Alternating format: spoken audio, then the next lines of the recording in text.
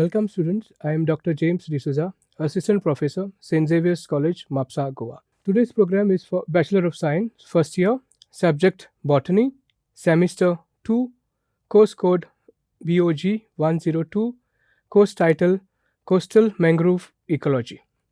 Title of unit Distribution of mangroves, module name Damage and reclamation caused in the recent past. Coming to outline, here we will be discussing the reasons which are responsible for causing damage to mangroves in the recent past and methods which can be used to reclaim the mangroves in the recent past. Student will be able to explain the reasons of damage caused to mangroves in the recent past and describes the method needed to reclaim the mangroves in the recent past. The mangrove forests are coastal community comprising of saline water and brackish water. The plant species which lives here, they have unique adaptation through which they survive.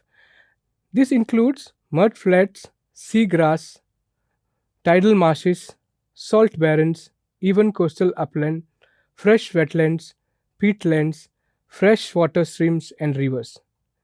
They are critical habitat for many species of fish and serve as nursery ground for unique mangrove species.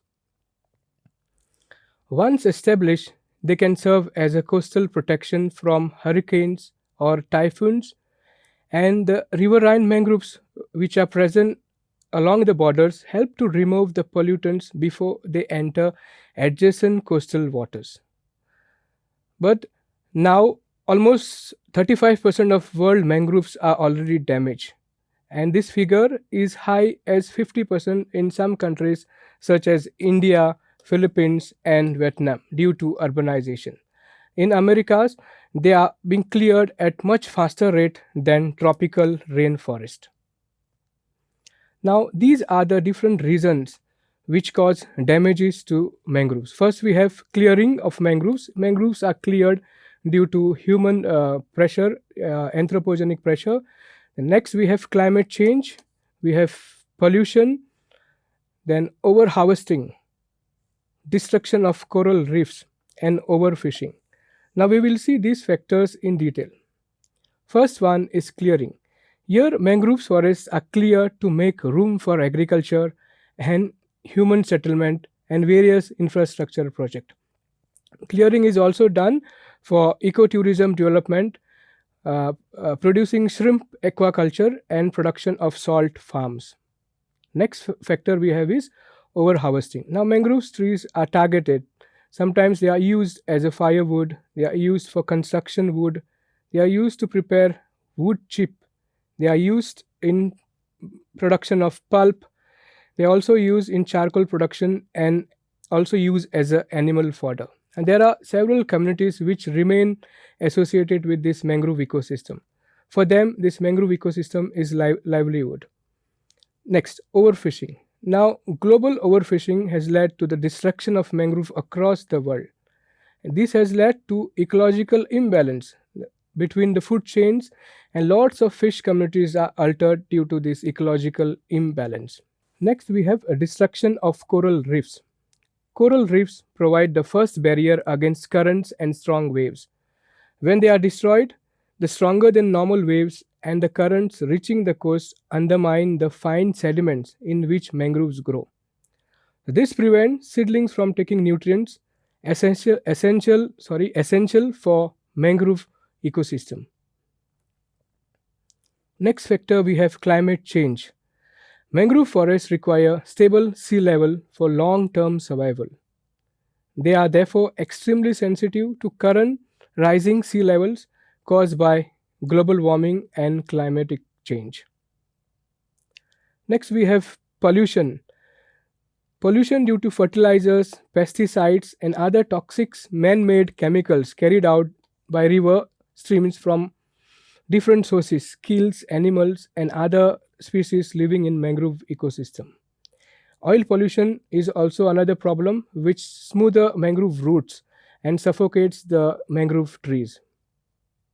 Now, these were the methods which was causing damage to the mangrove. Now, there is need to reclaim these mangroves by using certain methods. Now, what are these reclamation methods? Now, first of all, what is mangrove reclamation?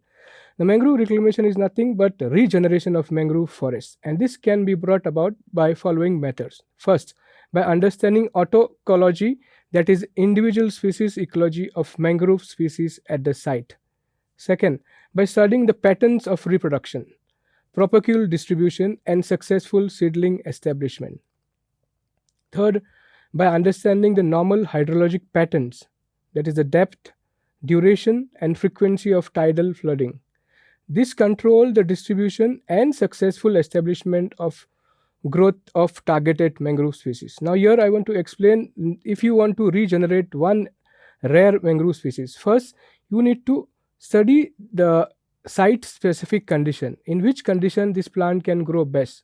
There is need to study that condition first and then only go for reforestation program. The last method is by assessing the modification in mangrove environment.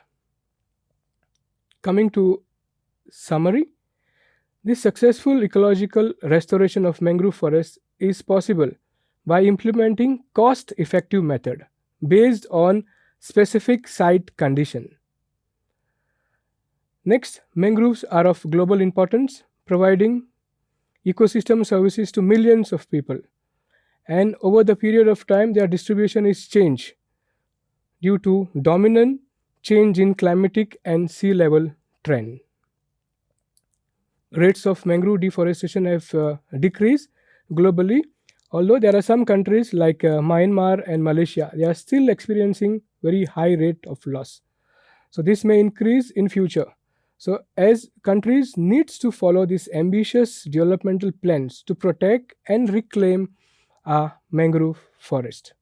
These are my references, additional references with the research paper and web links. Thank you.